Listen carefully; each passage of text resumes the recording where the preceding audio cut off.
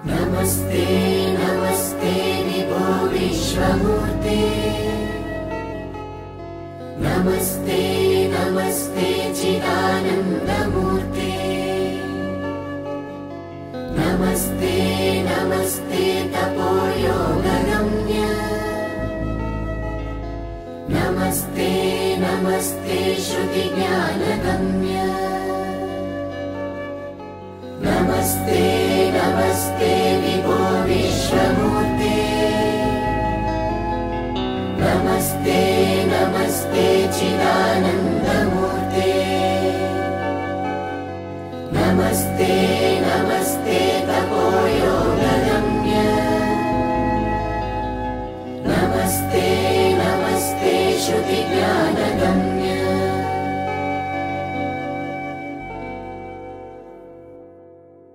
అతనికి ఉన్న అనుభవంలో మన మెసేజ్ ఇవ్వడానికి.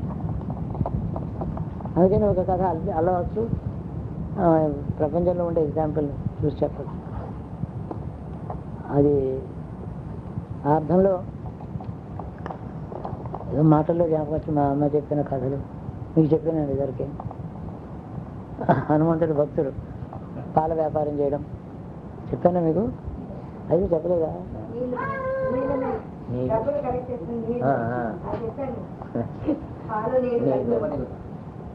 హనుమంతుడి దేవుణ్ణి నమ్ముకుంటే మనం అడిగిన కోరికలు ఇవ్వడం మాత్రమే కాదు, మనకి ఏది మంచిది కాదో అది రాకుండా చూస్తాడు. మనం కోరినా సరే, అంటే మన కోరికల మీద ఫైనల్ డెసిషన్ దాన్ని తీసుకుంటాడు. అడిగిందంతా ఇచ్చే ఈశ్వరుడు కాదు. ఏది ఇవ్వాలో అది మాత్రం ఇచ్చి అడిగినా ఇవ్వనివాడు, ఏది మనకి పనికిరాదో అది ఇవ్వని వాడే ఈశ్వరుడు. అలాగే ఉపాసించారు పూర్వులు. రాను రాను భారతీయ సంస్కృతిలో బౌద్ధం వచ్చేసేసి ఆర్యధర్మాన్ని ఓవర్టేక్ చేసిన తర్వాత, అంతా ఆక్రమించుకున్నాక ప్రజలకి ధర్మబోధ చేసి మళ్ళీ ఈశ్వరారాధన వైపు తీసుకెళ్లాలా, లేదా వాళ్ళకి ఇష్టమైన మార్గంలో రుచిగా ఉండేటట్టు ఈశ్వరారాధన చేయించాలా అని. అప్పుడు ఈ శాంతి అభీష్ట సిద్ధి కోసం చేసే వ్రతాలు, సంవత్సరం పొడుగునా ఉండేటువంటి రకరకాలైన ఆయా ఋతువుల్లో ఆ నక్షత్రాల్లో చేసే వ్రతాలు, సంతానం కావాలంటే ఇలా చేయండి, ఐశ్వర్యం కావాలంటే ఇలా చేయండి, రోగం తగ్గాలంటే ఇలా చేయండి అని హిందూ మతాన్ని, హిందూ ధర్మాన్ని, దేవతల ఆరాధన కేవలం కేర్ టేకర్ అండ్ రక్షకుడు గురువుగా మాత్రం కాక, ఏదో ఊర్ధలోకాలు ఇచ్చేవాడు కాక, ఇక్కడ ఈ రోజున నాకు కావాల్సిన వరాలు ఇచ్చేవాడు దేవతల్ని ఆగమాలు సృష్టించి వేద ధర్మంలో వీళ్ళని మళ్ళీ అట్రాక్ట్ చేశారు. ఇలా చెబితే హిందూ సమాజం మళ్ళీ హిందువులు అయ్యారు. ఆ ట్విస్ట్ వచ్చింది అక్కడ. కాబట్టి బుద్ధుడికి పూర్వం ఉన్నటువంటి హిందూ సమాజం ఈశ్వరారాధన చేసినటువంటి పద్ధతి ఒకటి, అందులోకి వెళ్ళిపోయిన తర్వాత ప్రాడిగల్ సన్స్ లాగా మళ్ళీ వెనక్కి తిరిగి వచ్చిన తర్వాత వాళ్ళకున్న యాటిట్యూడ్ హిందూ ధర్మంలో ఒకటి. ఈ యాటిట్యూడ్లో మనిషికి ఉన్నటువంటిది అంతకు రోజు ఏముంటుంది, వాటికి లౌకికమైన కోరికలు ఉంటాయి, భయాలు ఉంటాయి, ఆపదలు ఉంటాయి. వాటి కోసమే నువ్వు ఇందులో ఉండమని బోధ చేయడం వచ్చింది. 360 రోజులు వ్రతాలు, ఆ నక్షత్రాలు, అక్కడ పూజ, ఇక్కడ గంగా సంస్నానం, అక్కడేమో ప్రదర్శనలు, ఈ స్తోత్రం చదువుకో, పొద్దున్న సాయంత్రం పడుకునే నిద్రపోయి ఈ స్తోత్రం చదువుకో. ఈ విధంగా లౌకిక జీవనంలో, నిత్యకృత్యంలో మనుషుడికి సహాయకారిగాను, రక్షకుడుగాను, అభీష్ట సిద్ధి, వాటి కోసమే హిందూ ధర్మం వాళ్ళని అట్రాక్ట్ చేసింది, ఆకర్షించింది. అలాగా హిందూ ధర్మకు పునరుద్ధరణ జరిగింది. బౌద్ధానికి అది కాదు. మీరు మోక్షం కోసం కదా సమాజం అంతా కష్టపడుతుంది. మోక్షం కోసం ఏం చేస్తున్నారు? దేవతలను ఆరాధించడానికి యజ్ఞాలు చేస్తున్నారు, యోగం తపస్సులు చేస్తున్నారు, తపస్సుల్లో మళ్ళీ చేసే సిద్ధాంతాన్ని ఫాలో అవుతున్నారు, ఈశ్వరుడు సర్వాంతర్యామి అంటున్నారు, జీవుని రక్షించడానికి ఈశ్వరుడు ఉన్నాడు అంటున్నారు, తపస్సులు చేయాలి, యజ్ఞాలు చేయాలి, దానం చేయాలి. ఇది ఉంటే నీకు చివరికి మోక్షం వస్తుంది. 6 శతాబ్దాలు బిఫోర్ క్రైస్ట్ వరకు కూడా ప్రతి హిందువుడికి ధ్యేయం 4వ పురుషార్థమైనటువంటి మోక్షం. సమాజానికి శ్రద్ధ దాని మీదే ఉంది. అభిష్ట సిద్ధిగా వ్రతాలు, కోరికలు నెరవేర్చుకోవడానికి పూజలు, వ్రతాలు, ప్రదర్శనలు, గంగా స్నానాలు, దానాలు, శాంతి కర్మలు లేవు. ఇది మేజర్ డిఫరెన్స్ అసలు. ఇది అప్రిషియేట్ చేస్తే చేసి అర్థమవుతుంది. మనుషుల్లో అలా ఆ యాటిట్యూడ్ ఉండబట్టే, అలాంటి యాటిట్యూడ్ ఉండడం చేతనే ఈ మతంలో మోక్షం కోసం మనకి చూపించిన మార్గం కంటే ఉత్తమమైనది, సులభమైనది, సార్వజనీనమైనది. ఎంచేతనంటే సార్వజనీనం అంటే బ్రాహ్మణాధీనమైనటువంటి తపస్సు, యోగము, యజ్ఞం వారికి మాత్రమే మోక్షం ఇస్తే సమాజం మాట ఏంటి? తపస్సు రాజు చేత కాదు, వేదాంత సూత్రములని అర్థం చేసుకున్నవాడు కాదు, అసలు ఈశ్వరతత్వాన్ని గురించి మాయా అంటే ఏమిటి, నిజమేది తెలుసు, ఏం తెలియదు. అయితే మోక్షం పండితుడు కా, అగ్రవర్ణాలు కాదు. అధికారం ఉంటేనే మోక్షమా? మిగతారు లేదే. కాబట్టి ఈ మార్గంలో ఉండే హిందువులు కూడా అగ్రవర్ణాలు సమాజంలో ఉండడం చేత వాళ్ళు ఈ మార్గంలో ఉన్నారు. కానీ పేదవాడికి ఏం చెప్పారంటే, అతడు శూద్రుడు వీళ్ళకి సేవ చేస్తే చాలు. పైగా ఇంకేమిటంటే ఇంకెలాగా, ఏదో సమాధానం, ఉత్తర జనులు బ్రాహ్మణుడు అవుతాడు. ఇంకా కావాలంటారు, శూద్రుడైనా జ్ఞానం రావచ్చు, ఈశ్వరారాధన ఉన్నారు కదా చాలామంది, ఆటవికుల్లో కూడా ఉన్నారు.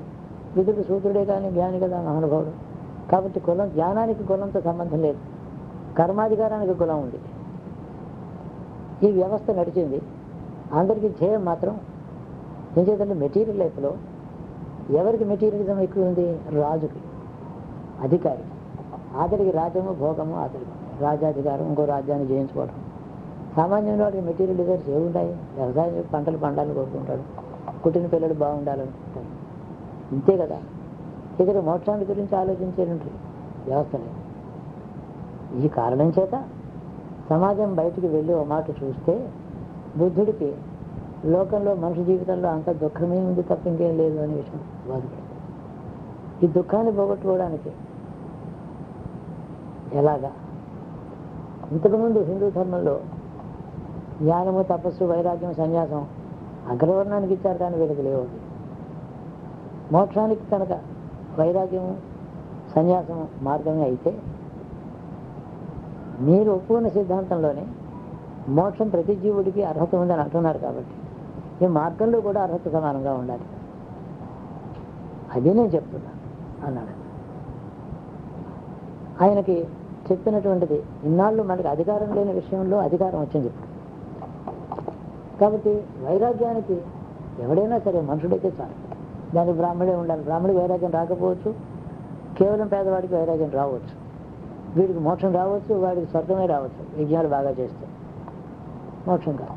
కాబట్టి ఈ విధంగా వర్ణధర్మం, ఆశ్రమ ధర్మానికి నిమిత్తం లేకుండా జ్ఞాన మార్గంతో ఎవడైనా సరే ముక్తిని పొందడానికి మార్గం ఇదే.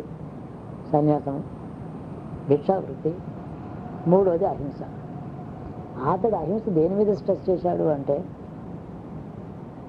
యజ్ఞంలో పశువుల వ్యసనం గురించి కాదు, మనసా వాచా కర్మణ, మనసులో హింసాత్మకమైన భావం రాకుండా ఉండడం సన్యాసం. మనసులో హింస భావమే రాకూడదు. ఇంకొకటి తిట్టాడు, కొట్టాడు, వాడి మీద ఆగ్రహం రాకూడదు. వాడు నిన్ను తిట్టినా నీకు ఆగ్రహం హింసే, అది హింసే అవుతుంది. నీవు ఆత్మరక్షణ కోసం పావులు చెప్పినా స్వార్థం కోసం హింసే చేశావు. రాక్షసుని భగవంతుడు సంహరించాడు అంటే ఆ జీవునికి అనుమతి తీసుకున్నాడు, వాళ్ళు ఉమ్మడి చంపి వదిలేయాలి మళ్ళీ పునర్జన్మకి. కాబట్టి ఒకరిని ఏ విధంగా ఇతరుల నాశనం ఏ కారణం చేత కోరినప్పటికీ, నీవు భయం చేత కోరినా ఇంకోటి హింస, ఆ హాని కోరితే హింస అవుతుంది. సో ఇందులో అహింస సిద్ధాంతం యూనివర్సలైజ్ అయింది. అందరూ అనేది ఏంటంటే, యజ్ఞాల్లో పశువధ హింస అనుకుని దాన్ని వద్దన్నాడు అంటారు. ఎప్పుడు ఆ చిన్న పాయింట్ ఫోకస్ చేస్తారు. కానీ అతడి అహింస సిద్ధాంతం మనసుతో కూడుకున్నది, భావంతో కూడుకున్నది, భౌతికమైనది, సార్వజనీనమైనది. దాంట్లో అధికార భేదం లేదు. యజ్ఞానికి అధికారం అసలు సనాతన భారతీయ ధర్మంలో, బ్రాహ్మణ ధర్మంలో, వైదిక ధర్మంలో కూడా జ్ఞాన వైరాగ్యములకు అనర్హత కులంతో నిమిత్తం లేదు. యజ్ఞాది క్రతువులకు మాత్రమే కులం. ఎందుకు? దానికి యజ్ఞం వచ్చేది వేదం చదువుకోవాలి, వేదం చదువుకొని డిసిప్లిన్ కావాలి, శాకాహారం కావాలి, గురుబోధ కావాలి, చిన్నప్పుడు శిఖాయజ్ఞం పేదాలు పెట్టుకోవాలి, లౌకిక వేషాలు పరిహరించాలి, ఎక్కడ పడితే అభోజ భోజనం చేయకూడదు. ఇవన్నీ ఉన్నాయి కదా. ఈ నియమావళి సామాన్యుడికి ఎవరికి అర్థం కాదు కదా. ఎలా ఇన్ని నియమాలు ఎవరు చేయగలరు? అందుకని వేదం చదువుకోడు, యజ్ఞం చేయడు. అందరూ యజ్ఞం చేసేటట్టయితే ఈ సిద్ధాంతంలో శిఖాయజ్ఞం విధాలు అవి చేసుకుంటే ఎలా ఉండేటట్టయితే లౌకిక కర్మ ఎలా ఉంటుంది, దేశ రక్షణ ఎలాగా, సైనికుడు ఎక్కడి నుంచి వస్తాడు, వ్యవసాయదారు ఎక్కడి నుంచి వస్తాడు, కమ్మరి కుమ్మరి శిల్పి ఎక్కడి నుంచి దొరుకుతాడు, అంగరక్షకులు ఎవరు వస్తారు రాజుకి. కాబట్టి ఉత్తమమైనటువంటి కులానికి వాళ్ళ కర్మలు వేరే విధించి అందులోకి అందరూ రాకుండానే మనం కట్టడి చేయడానికి చూశారు. అది ఆ కాలానికి వచ్చిన ధర్మం. కానీ మోక్షం జ్ఞానం అంటే విషయంలో విధిరాతులని మనం చూపించాం. అలా ఎవడైనా జ్ఞాన మోక్షముల వల్ల సిద్ధాంతం వస్తుంది. కర్మాధికారం మీద తెలియదు కానీ జ్ఞానమోక్షాలు కాదు. అంటే తిన్నాడు మొదలైన అనేక మంది కథలు చెప్తూ ఉంటారు, వాళ్ళందరూ మోక్షం పొందారంట. ఇది మీ సిద్ధాంతాలు అందరూ ఒప్పుకున్నారు కాబట్టి జ్ఞానమోక్షములకి అందరికీ అర్హత. జీవుడైతే చాలు వాడికి ఉందంటున్నారు. అంతేకాదు పశువు కూడా ఉందంటున్నారు మీరు. కాబట్టి హింసారహితమైనటువంటి స్వార్థంతో సంబంధం లేనటువంటి వైరాగ్యము మనసులో కూడా హింస లేనటువంటిది. ఆ మార్గం అందరికీ అన్వయిస్తుంది కాబట్టి దీనికి జయం మోక్షమే. ఇక్కడ సుఖాలు భోగాలు కాదు, స్వర్గం అసలే కాదు. గీతలోనే చెప్తున్నాడు, స్వర్గానికి వెళ్ళాడు పుణ్యం చేసి, క్షీణే పుణ్యం మధ్యలోకి విశంతి అయిపోతుంది, అక్కడ అకౌంట్ క్లోజ్ అయిపోయింది, ఇంకా అక్కడ చెక్కులు ఆనర్ కావు, భూలోకానికి వచ్చేస్తాడు. పుణ్యక్షీణం అయిన తర్వాత మళ్ళీ ఇంటికే వస్తాడు, భూలోకానికి వస్తాడని గీతా వాక్యం. క్షీణే పుణ్యం మధ్యలోకి విశంతి, ఇక్కడికి మధ్యలోకానికి వస్తాడు. కాబట్టి ఎగ్జాస్ట్ అయిపోయేటటువంటి పుణ్యం సంపాదించుకోవడానికి మీ కర్మలు ఎక్కువ చెప్పాయి, అందులోనే అధికారం అన్నారు. కాబట్టి అల్పమైన విషయం అది. అనల్పమైనటువంటి గొప్ప విషయానికి సార్వజనీనంగా ఈశ్వరుడే ఇచ్చాడు, మీరు నమ్మే ఈశ్వరుడే చెప్పాడని అనుకోండి మీరు. దీన్ని కాదని ఎలా అంటారు? కాబట్టి అహింస సిద్ధాంతం యూనివర్సల్, దాంట్లో భేదం లేదు అని చెప్పి ఆయన బోధించినప్పటికీ అంతకుముందు సమాజంలో దేని మీద శ్రద్ధ ఉంది అంటే మోక్షం మీదే. అందరికీ అత్యధికమైన శ్రద్ధ దాని మీదే ఉంది. బ్రాహ్మణుడు యజ్ఞం చేస్తుంటే ఆయన మహానుభావుడు, వేదాలు చదువుకున్నాడు, ఆయన యజ్ఞం చేస్తున్నాడు, నేనేం శూద్రుడు కదా, నాకు ఈ అధికారం లేదు కదా, ఉత్తర జన్మైనా ఓ భగవంతుడా నాకు బ్రాహ్మణ కావాలి, నేనేం పాపం చేయకుండా ఉండాలి, ఆనాడు పండితుడిని కావాలి, వేదం చదువుకోవాలి, నేను భగవంతుడి అనుగ్రహం సంపాదించాలని ఒక మాట కూడా నాకు రాదు, దగ్గర వెళ్ళి చూడడానికి కూడా వీల్లేదు కదా అని శూద్రుడు కూడా బ్రాహ్మణుని చూసి ఆ స్థితి తను కోరుకుంటూ ఉండి అంతస్తుల్లో ఉన్న సమాజంలో నీవు జ్ఞానమోక్షం అనుకుంటున్నావి, అందులో వెళ్ళక్కర్లేదు, నువ్వు అతడిలాగా కావక్కర్లేదు, నీకు నీ ఉన్న స్థితిలోనే ఇది లభిస్తుంది అని చెప్పింది బౌద్ధ. బుద్ధుడి యొక్క బోధ ప్రజలందరూ ఒప్పుకున్న తర్వాత ముందర మోక్షం ముందు శ్రద్ధ కలిగిన సమాజం కాబట్టి అయింది. ఒక 5,000 సంవత్సరాలు పెద్ద తుఫాన్ లాగా దేశం అంతా ఆక్రమించుకుంది, బౌద్ధం అంతా అయిపోయింది. సరే, అందులో సమాజం ఎప్పుడైతే వెళ్ళిందో పొల్యూషన్ వచ్చింది. మళ్ళీ వీళ్ళని వెనక్కి తీసుకురావడం ఎలాగా? మోక్షమే కావాలనుకుంటే ఏ కండిషన్స్ ఉండాలో ఇంకా నిబంధనలు గట్టిగా చేసి ఇవన్నీ ఉంటేనే మోక్షం వస్తుందని చెప్పడం. ముందర కర్మ చేయాలి, కర్మ ఫలాన్ని భగవంతుడు అర్పించేసేయాలి. నువ్వు బ్రాహ్మణుడు అయితే అన్నీ దేవతారాధన చేయాలి, నువ్వు యజ్ఞం చేసి ధారపోయాలి లోకానికి, ఇవన్నీ రుణాలు తీరుతాయి అని చెప్పి మళ్ళీ ఇవన్నీ చెప్తావు. నీకు కోరికలు రావటం లేదు కదా, బౌద్ధంలో ఉన్నావు కానీ అందరికీ అలాగ రాలేదు కదా మనసు, అక్కడ కూడా ఈ అజ్ఞానం వచ్చింది కదా. మనుషులు ఇలాగే ఉంటే ఆ మార్గం మీకు అన్వయం కాదు. ముందర మీకు కోరికలు ఉన్నాయి, సంతానం కావాలి, సంతానం బాగుండాలి, వాళ్ళకి ఆయుష్కాంతులు కావాలి, అనవసరాలు కావాలి, ఇవన్నీ కోరికలు ఉంటే హిందూ ధర్మమే వైదిక ధర్మంలోనే ఇవన్నీ లభిస్తాయి. ఇవన్నీ లభించిన తర్వాత మోక్షమే నీ శ్రద్ధ ఉంటే ఈ వేదాంత చక్రం ఉంది, ఉపాసన ఉంది, ఇది చేసుకో. ఇంక జ్ఞాన వైరాగ్యాలంటే అందరికీ ఇద్దరికి ఒప్పుకున్నాం మేము కదా. శూద్రుడికైనా భక్తి కావచ్చు, ఎవరికైనా రావచ్చు. విద్య లేని వాడు కూడా భక్తి శ్రద్ధ రావచ్చు, వైరాగ్యం రావచ్చు, వాడి జ్ఞానం సంపాదిస్తాడు. అది మా ప్రోగ్రాంలో ఉంది. కాబట్టి వెనక్కి రండి. ఈ కోరికలు తీర్చుకోవాలంటే అందులో అక్కడ ఉపాసన లేదు, దేవత లేదు, మంత్రం లేదు, బలి లేదు, ప్రదర్శనలు లేవు, ఏమీ లేని శూన్యవాదం లాంటివి వెళ్ళిపోతారేంటి, మీకు ఏమిటి లాభం? ఇలా చెప్పి వెనక్కి వచ్చారు. అప్పుడు ఈ వ్రతములు, దీక్షలు, రకరకాల పారాయణలు, ఒక 40 రోజులు పారాయణ చేయడం ఆ కార్యం. The so called Adishankara, Kalady Shankara. కాలడి శంకర ఆయన ఆదిశంకరుని మనం అంటాం. నిజానికి బుద్ధుడి కాలానికే వెంటనే పుట్టాడు ఒక శంకరుడు, ఆయనే ఆదిశంకరుడు. ఈయన కాలడి శంకరుడు, ఈయన రెండో వాడని. అలాగే సాంప్రదాయం చాలా మట్టుకు ఎవిడెన్స్ కూడా అలాగే. కాలడి శంకరుడు ఆదిశంకరుడు అనే పేరుతో ఈయన మఠాలు స్థాపించి అద్వైత సిద్ధాంతాన్ని ప్రచారం చేసిన వాడు ఈయన. దానికి ఆయన యాక్చువల్ కర్త కాదు, భాష్యాలు అవి రాశాడు. కానీ గోవింద భగవత్పాద ఆచార్యుల దగ్గర నర్మదా తీరంలో బోధ పొందాడు ఆయన. 14 సంవత్సరాల్లో ఆ గురువుని ఆశ్రయించి బోధ తీసుకున్నాడు. అద్వైత సిద్ధాంతం ఆయన చెప్పాడు. మాండుక్య కారికలు, వాటికి సంబంధించినటువంటి లిటరేచర్ అంతా ఆయన చెప్పాడు. అంతేకాక ఈ గ్రంథాలన్నీ నా దగ్గర ఉన్నాయి. ఆయన శతాధిక వృద్ధుడిని, నేను 100 ఏళ్ళు దాటిపోయింది, నేను కాపాడలేకుండా ఉన్నాను. చిరకాలం నుంచి ఉన్న గ్రంథాలు తరతరాల నుంచి కాపాడుకుంటూ వస్తున్నాను మేము. దీని నిండా అద్వైత సిద్ధాంతం ఉంది, భాష్యాలు ఉన్నాయి, గౌడపాద కారికలు ఉన్నాయి, వాటికి వ్యాఖ్యానం ఉంది. ఇవి నువ్వు ప్రచారం చేయి. బౌద్ధ ధర్మంలోకి వెళ్ళారు. 2 చెయ్యి, జ్ఞానము వైరాగ్యము సన్యాసము కాదు. ముందర ధర్మము, దేవతా పూజ, వర్ణధర్మం, ఆశ్రమ ధర్మం, ఇవి ముందర చెప్పు. ఈ విధంగా అభీష్ట సిద్ధి వస్తుంది. అది ముందర చెప్పు. అందరి దేవతలను నువ్వే స్తోత్రం చేసి ఆ భక్తి స్తోత్రాలు నువ్వే రాసి వాళ్ళకి మార్గంలో చివరికి మార్గంలో పెడుతూ ఆపద కలుగుతుందంటే దానికోసం హనుమంతుని తలుచుకొని పెడతాడు. నిత్య జీవితంలో భగవంతుడి యొక్క సహాయం అందరికీ అవసరం. కాబట్టి నిత్య జీవితంలో ఓతప్రోతంగా కలిసిమెలిసి ఉండిపోయేటటువంటి ఈశ్వర రూపములు, కారణాలు, కార్యాలు, విధానాలు, వ్రతాలు చేయమన్నాడు. ఈ విధంగా బౌద్ధంలోకి వెళ్ళి శూన్యస్థితికి వెళ్ళిపోయారు పాపం లక్షలాది. ఏం చేయాలో తెలియదు, కోరికలు చంపుకోలేదు. తలలు బోడులేన తలపులు బోడుల విశుద్ధాభిరామ వినరవేమ. బొడుగుండి చేయించుకున్నాను కానీ లోపల బుర్రలో అన్ని కోరికలే. దాన్ని ఏం చేస్తాం, వాటికి ఎవరో మంగళవాడు తీయలేడు. జుట్టు మాత్రం తీసిపోతాడు వాడు 5 రూపాయలు తీసుకుని. లోపల మాట ఏమిటి?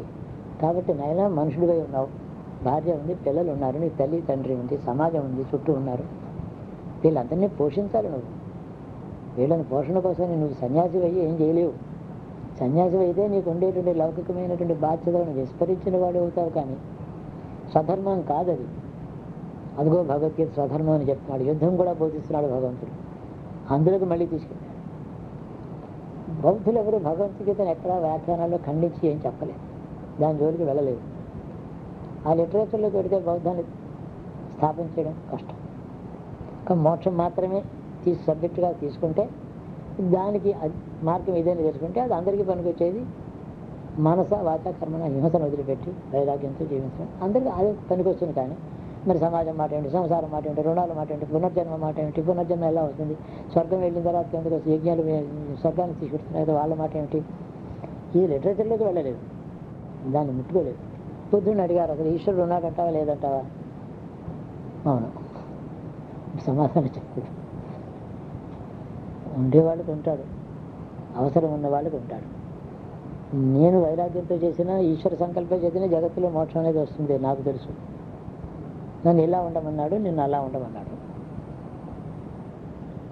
కాబట్టి నీకుండే ఈశ్వరుడు నాకుండే ఈశ్వరుడు వేరే పర్పసెస్. సమాధానం చెప్పలేదు. అవగాహన బౌద్ధంలో అక్కడికి వెళ్ళిన తర్వాత వీళ్ళ కోరికలు చావలేదు, కుటుంబంలో సమస్యలు పోలేదు, రాజకీయం అలాగే ఉంది, ఆకలి దప్పిగా వార్ధక్యం రోగం ఇవన్నీ ఉండనే ఉన్నాయి. ఏ బాధలన్నీ లోకంలో బుద్ధుడు యువరాజుగా ఉన్నప్పుడు వీధిలోకి వెళ్ళి అన్నీ చూసిన తర్వాత లోకమంతా శోకంతోనే నిండిపోయింది. వీళ్ళు చేసే ఆరాధనలు, వీళ్ళు చేసేటువంటి మార్గంలో, వేద మార్గంలో నిత్య జీవితంలో ఉండే సమస్యలు మనిషిని పీడిస్తూనే ఉన్నాయి. కామక్రోధాలు ఉన్నాయి, రాజులు చంపుకుంటున్నారు. ఒకళ్ళు కృష్ణుడు బతికుండగానే కౌరవులు పాండవులు చంపుకున్నారు. ఈ వేద మార్గంలో ఏమి శాంతి కలిగింది? రాలేదు శాంతి. మహర్షులు ఉన్న కాలంలోనే శాంతి లేకపోయింది, రాజులకే లేకపోయింది.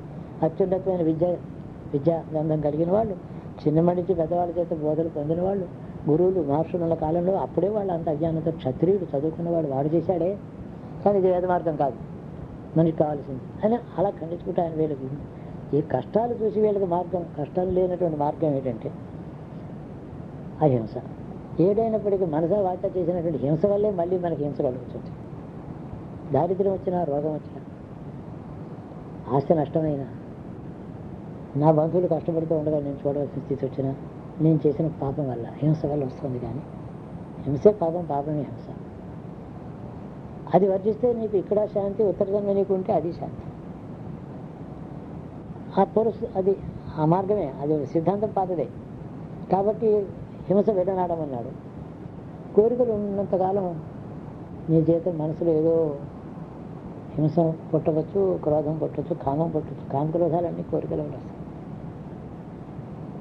వేదాంతం కూడా ఏం చెప్పింది? కోరిక వల్ల పునర్జన్మ అని ఒక మాటలో చెప్తాను. పునర్జన్మ దేని వల్ల వస్తుందంటే కర్మ కాదు, కోరిక వల్ల.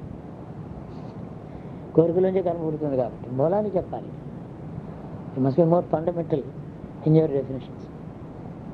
కర్మ వల్ల ఉత్తర జన్మ వస్తుందని కర్మ కాదండి, కోరిక వల్ల.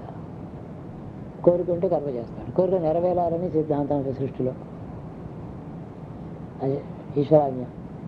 సృష్టిని నిర్మాణం చేసిన వాడు కోరిక ఇచ్చి ప్రతి కోరిక నెరవేరాలని సిద్ధాంతం చేశాడు.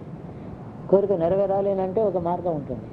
ఆ మార్గాన్ని కనుక్కోవడానికి, మార్గాన్ని కల్పించుకోవడానికి ఇంకొక జన్మ కూడా అన్ని జరగదు.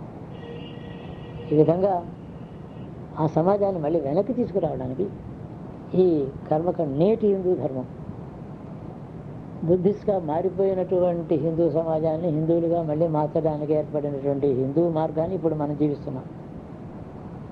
ప్రీ బుద్ధిస్ట్ హిందూయిజం కాదు ఇది, పోస్ట్ బుద్ధిస్ట్ హిందూయిజం అని దీనికి పేరు. ఇలా అవగాహన చేసుకోవాలి. ఇది నా ఓన్ అనాలిసిస్, నాకు అవగాహన అయింది. ఇది చరిత్ర చదవగా వాళ్ళ సిద్ధాంతాలు చూస్తే ఎలా అర్థం చేసుకున్నా నాకు చెప్తున్నా.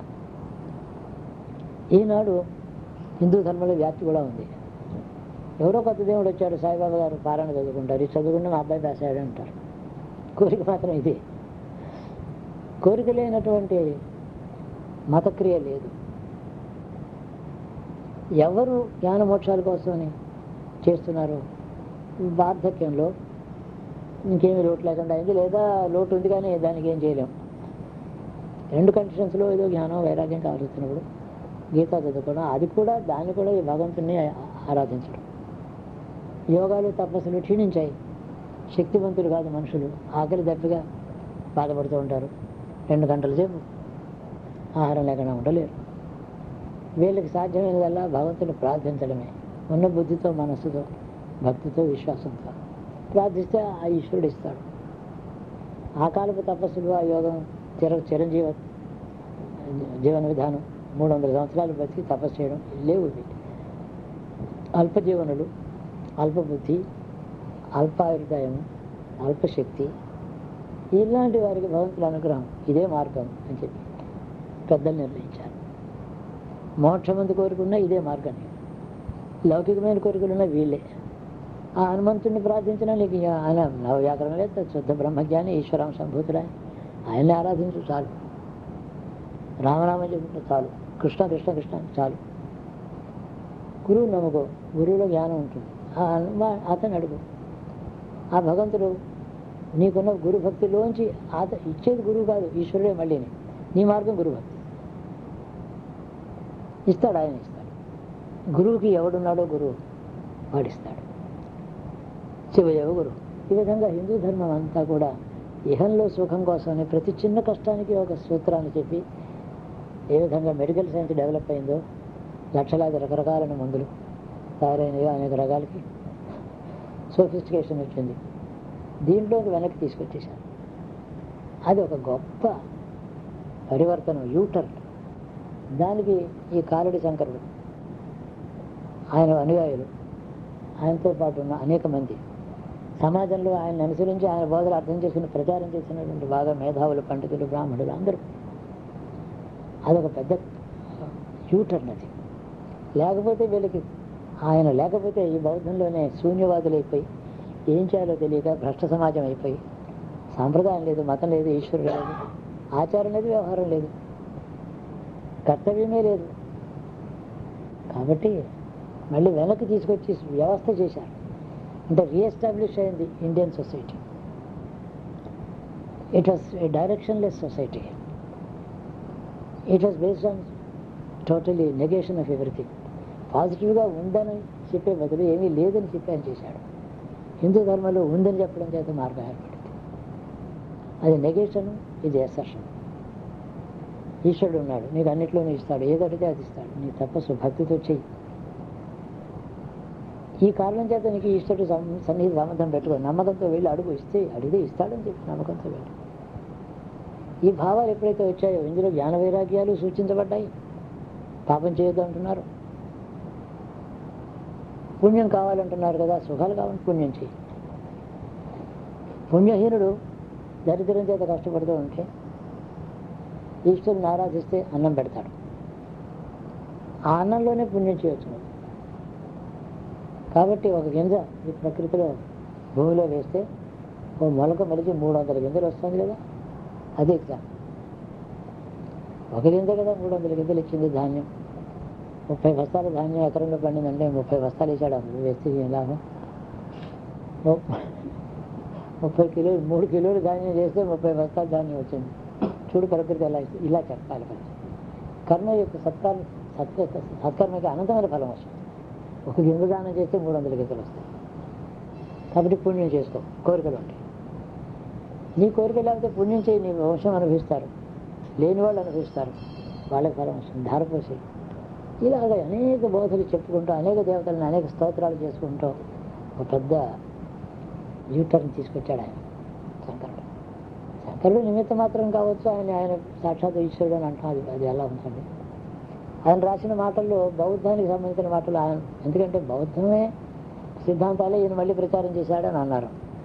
అలా అనడం కంటే పూర్వం నుంచి ఉండే 6 సిద్ధాంతాలని బౌద్ధులు చేశారన్నారు. అదే బెటర్ వే ఆఫ్ ఎక్స్ప్రెషన్. సనాతన ధర్మంలో ఉండే సూత్రాలనే బుద్ధుడు చేస్తే ఆ మాటలు నేను చెప్పాడు బుద్ధుడి మాటలు కాదు, సనాతన ధర్మంలో మాటలు అవి. దీన్ని బౌద్ధుడు కంటే సనాతన ధర్మంలో మాటలు వాళ్ళు వెళ్ళి తీసుకున్నారు చెప్పడం కరెక్ట్. ఈ విధంగా బౌద్ధంలో గొప్ప పరివర్తన, పునర్వ్యవస్థీకరణ జరిగింది ఈ దేశానికి. ఇప్పుడు మనం అనుసరిస్తున్నటువంటి హిందూ ధర్మం post Buddhist, rearranged, restructured, reinterpreted modern form of an ancient principle. అందులో ఉన్నాం మనం. కోరేది ప్రిన్సిపల్ ఈశ్వరుడు ఉన్నాడు, సృష్టి ఉంది, మనుషుడు దుఃఖాలను అనుభవిస్తున్నాడు, అజ్ఞానం చేత మోక్షం రావటం లేదు. ఈ ప్రిన్సిపల్ బుద్ధిజం అయితే జైనిజం అయితే అన్నిటికీ ఒకటి. ఇక తర్వాత బౌద్ధిజం కూడా హిందూ ధర్మం అలాగే ఆయన పునర్జన్మలు 482 జన్మలు ఎత్తిన తర్వాత 464 జన్మ ఏదో ఉంటుంది కూడా, అప్పుడు బుద్ధుడు అవుతాడు, ప్రతివాడు అవుతాడు, అందరికీ ఇన్ని జన్మలు ఈ తర్వాత వచ్చేసింది. అంటే Hinduism has entered again surreptitiously from back door into Buddhism. ఇప్పుడు క్రిస్టియన్స్గా కన్వర్ట్ అవుతున్నారు. అందులో బ్రాహ్మణ్ క్రిస్టియన్స్ ఉన్నారు, కమ్మ క్రిస్టియన్స్ వేరు, కాపు క్రిస్టియన్స్ వేరు,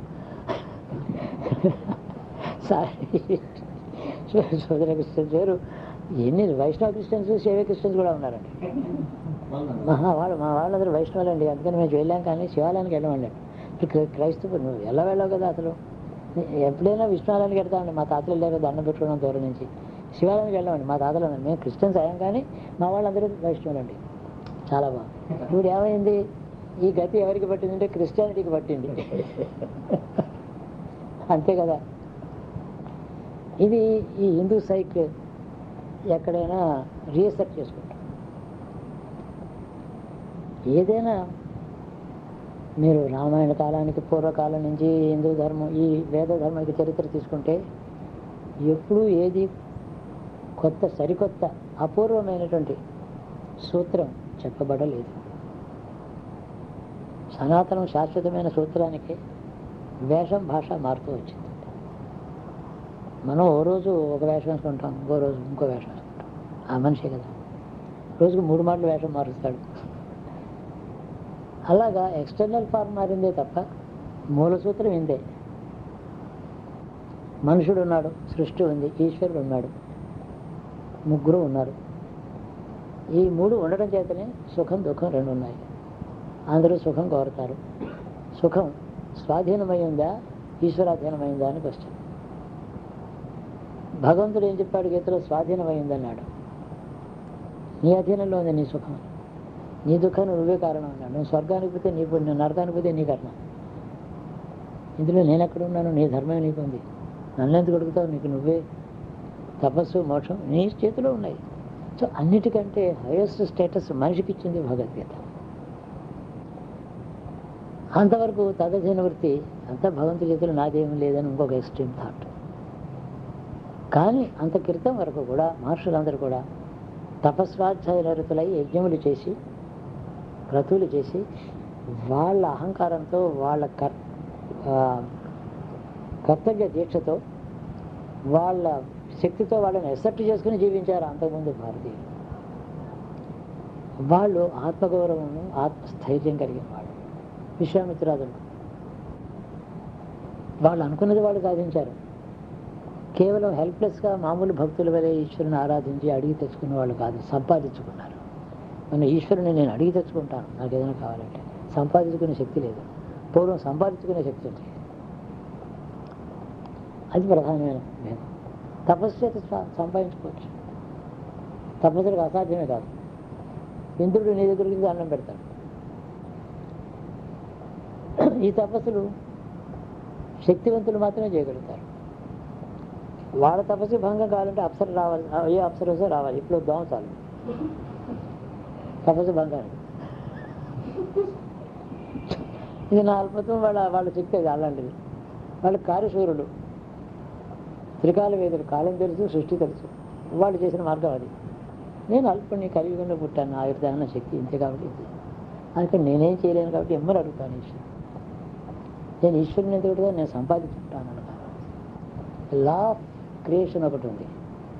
under the provisions of the law of creation, the law being made by the creator, by the God, with in the framework of law నేను సంపాదించుకుంటాను. లాని ఉల్లంఘించడం ఏమీ లేదు. ఈశ్వరుడు చేసిన శాసనం లోపలే, అందులోనే దానికి లోపడే సంపాదించుకుంటాను. అది కార్యశూరులైనటువంటి యుగం. అది అల్పత్వమే ఇప్పుడు అందరికీ సమానంగా ఉన్నటువంటి. అల్పత్వంలో అందరూ సమానమయ్యారు. సమత్వం వచ్చింది. అది ఎవరు ఇవ్వక్కర్లేదు, మన కమ్యూనిస్ట్ లాగా వెళ్ళక్కర్లేదు. అందరికీ ఒకటే అల్పత్వం. ధనవంతుడికి లోపత్వమే, పేదవాడికి లోపత్వమే. లేదా పెద్దవాడికి భయమే, పేదవాడికి భయమే, ప్రాణ భయమే. అంత అధికారం ఉండి 10 లక్షల పోలీస్ వాళ్ళు రక్షిస్తూ ఉంటే చీఫ్ మినిస్టర్ కూడా ప్రాణభయమే. ఏమీ లేకుండా గుడిసెలో పడుకుంటాడు, ఏ తోలు కరువు కురుస్తుందని వాడికి ప్రాణభయమే. వీడికి ఏమీ లేదు కాబట్టి ప్రాణభయం. ఆయనకి ఎందుకు ఉండాలి? 10 లక్షల మంది పోలీసు ఆయన ఫోర్సులో ఉండగా ఆయనకి ప్రాణభయం. సమత్వం ఇది. ఇలాగ సమత్వం ఎక్కడుందో అక్కడ ఐడెంటిఫై చేసుకుంటూ పెడితే ఇన్ని కనపడతాయి. చాలా ఇంట్రెస్టింగ్గా ఉంటుంది. చరిత్రని అవగాహన చేసినట్టయితే వచ్చింది సమత్వం. అల్పత్వంలో సమత్వం. ధనం అంటారా? ధనంలో ఒకరికి ఎక్కువ, ఒకరికి తక్కువ. ధనం ఉన్నా నీలాగే భయపడుతున్నాడు వాడు. ధనంకి ఎఫెక్ట్ వాడికి ఏం కనబట్టలేదు. దానికి ఆగలొచ్చిన రోజు రాత్రి చెప్పి లెక్కెట్టుకుంటున్నాడు తప్ప నీలాంటి భయాలే అతనికి ఉన్నాయి. రోగం ఉంది. ధనవంతుడికి రోగం రాదేమిటి? నీకు ఒకటిగా వస్తుందా? రోగానికి పాపం పేద చిన్నది ఏం లేదు, అందరూ ఒకటే. మృత్యు అందరూ సమానమే. కష్టాలు, రోగం, మృత్యు, కష్టాలు, నష్టాలు, ఆశాభంగం అన్నీ నీకు వాడికి ఏం తేడాయే లేదు. అంటే ఈ సమత్వం సృష్టిలో ఈశ్వరుడు ఇచ్చిన సమత్వం. ఆర్టిఫిషియల్గా మనం కల్పించుకున్న అసమానత్వం, ధనాదులు ఇవి ఇంపార్టెంట్ అనుకుని చేశాం మనం.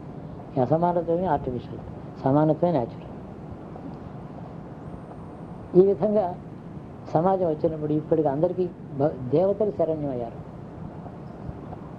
ఈ మార్గం మారేసి ఏదో జ్ఞానం మోక్షం కోసమని తపస్సు చేయడానికి. నాకు ముందర మనశ్శాంతి అయితే నా మనవరాలు పెళ్ళి అయిపోతే నేను తర్వాత తపస్సు చేసుకుంటానంటాడు. అసలు ఇల్లు కట్టుకోవాలి కదండి రిటైర్ అయిన తర్వాత. ఇప్పుడు ముందర ఇల్లు కట్టుకొని ఏదో అంతా బ్యాంకులో అంతా వేసేసుకుంటే ఏం అక్కడ తపస్సేనట. ఇలాంటి కండిషనల్ వైరాగ్యాలు పూర్వం లేవు. ఏ కండిషన్స్ లేకుండా వైరాగ్యం, జ్ఞానమోక్షం. It has no relationship to the circumstances of living. వైరాగ్యానికి మీ జీవనకాల పరిస్థితులకి సంబంధమే లేదు. ఐశ్వర్యవంతుడివో లేకపోతే కష్టాల్లో ఉన్నావో ఇద్దరికీ సమానం. అక్కడ మాత్రం జ్ఞాన వైరాగ్యాల విషయంలోనే అసమానత్వం. దాన్ని కమ్యూనిస్టులు పూర్తి చేయలేరు. అది ఈశ్వరుడు ఆ జన్మలో కొన్ని జన్మలు అయిన తర్వాత మనిషికి ఎవల్యూషన్, మనిషికి ఆ జీవుడే అనేక జన్మలు ఎత్తి ప్రతిసారి ఆ నెచ్చిన ఒక్కొక్క మెట్టు పైకి ఎక్కుతున్నాడు. పెద్ద సోపాన పంక్తి. చిట్ట చివరికి ఏమొచ్చింది అంటే మోక్షం, అది జ్ఞానం వచ్చింది. జ్ఞానం అడగాలనే స్థితి వచ్చింది ఇన్ని జన్మలకి. ఏదేదో అడగడం, అన్ని జన్మలు అన్నీ సాధించాలి, చాలు ఇప్పుడు నాకు ఈ జ్ఞానం కావాలి, ఈశ్వరుని చేరాలి అనేటువంటి తీవ్రమైనటువంటి ఇచ్ఛ ఎవల్యూషన్లో ఆఖరి మెట్టు. అది వచ్చిందంటే ఈశ్వరుడు ఇస్తాడు. ఎవడో నిమిత్త మాత్రంగా ఎవడగా మాట్లాడేవాడు అది వేరే విషయం. ఆదరి ఈశ్వర ప్రసాదం ఉంటే అతడు ఏదైనా తులం అక్కడ పెడతాడు, అంతేగాని నిమిత్త మాత్రంగా ఉంటారు అందరం, ఈశ్వరుడు ఇస్తాడు. ఈ క్లారిటీ మనిషికి వచ్చిన తర్వాత బంధనాలు లేవు. లోకం శోకహతం సమస్తం అంటాడు. శోకహతమే ఉంది లోకం అంతా. శోకం లేని లోకం అక్కడ ఉంటుంది. అందుకని అసారే సంసారం ఇంకో తోడు అన్నాడు. సంసారం సారమేమీ లేనటువంటి సంసారం కృపయా పాలి, దయతో నన్ను రక్షించు, బయట దాటించు. ఈ మాటలు ఎప్పుడైతే వచ్చాయో అందరికీ చల్లగా హాయిగా ఉంది. అమ్మయ్య ఐస్ క్రీమ్లా ఉంది ఇది ఈ మాట. ఇందులో శ్రమ లేదు, కష్టం లేదు, తలకిందులో వెళ్ళడం ఏం లేదు, ఏం లేదు. ఈ జ్ఞానం కోసం ఇస్లాం మొదలైన యోగ మార్గాల్లో ఈ సాయిబాబా, షిరిడి బాబా వాళ్ళందరూ కూడా వాళ్ళు సూఫీ సెయింట్స్, వాళ్ళు యోగాన్ని అనుష్ఠించారు. ఆ యోగం ఎలా ఉంటుందంటే ఇస్లాంలో కొన్ని ఉన్నాయి. మాకుస్ అని ఒకటి ఉంది. అంటే ఓ గురువు ఉంటాడు, వాడు ఫకీర్, వీడేమో నాకు జ్ఞానం కావాలంటాడు. వీడిని ఒక పాడు బావి కింద చెరువు కానీ చూసి దాని ఒడ్డు నుండే రెండు చెట్టుకి వీడికి రెండు కాళ్ళు తాడేసి ఆ కొమ్మ కట్టేస్తాడు.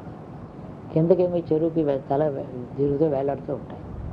అలా ఎవరో రెండు రోజులు వచ్చేటప్పటికి నరాలని పట్టుకుని తప్పిపోయి కళ్ళు కూడా మూసుకోకుండా కళ్ళు ఓపెన్ అయిపోతాయి.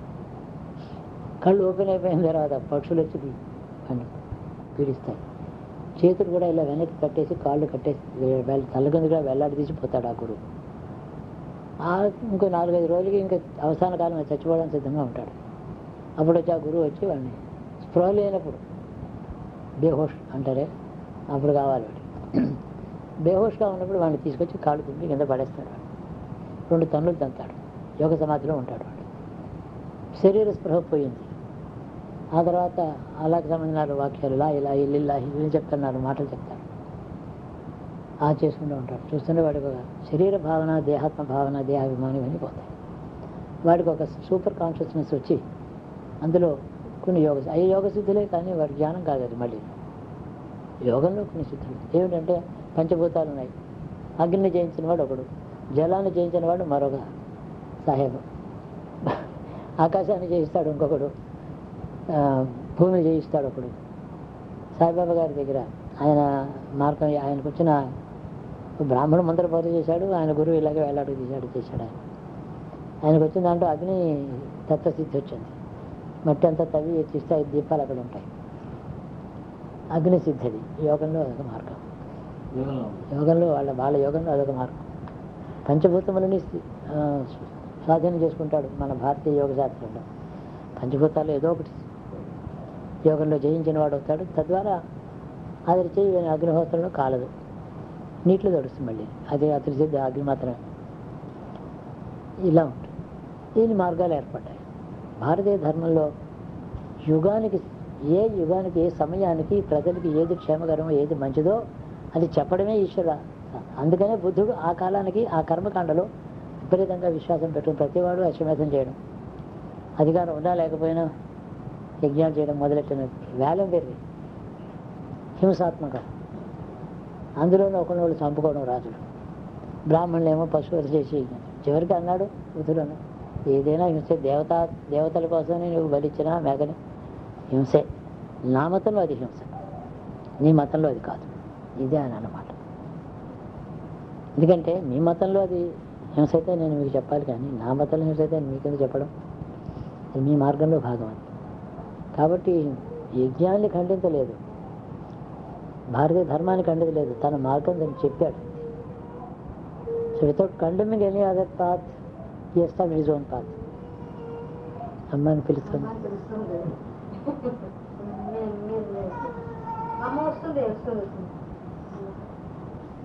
ఆ విధంగా భారత చరిత్రలో బౌద్ధానికి ఒక అవసరం ఉంది. బౌద్ధం వెళ్ళిపోవాల్సిన అవసరం కూడా వచ్చింది. It's advent was very much needed. It's departure was, exit was also very much needed. సమ్యక్ దృష్టిది. అది రావడం ఎంత అవసరం, వెళ్ళిపోవడం అంత అవసరం. ఇది మన సాంప్రదాయం. ఏదో టాపిక్లో వచ్చాము.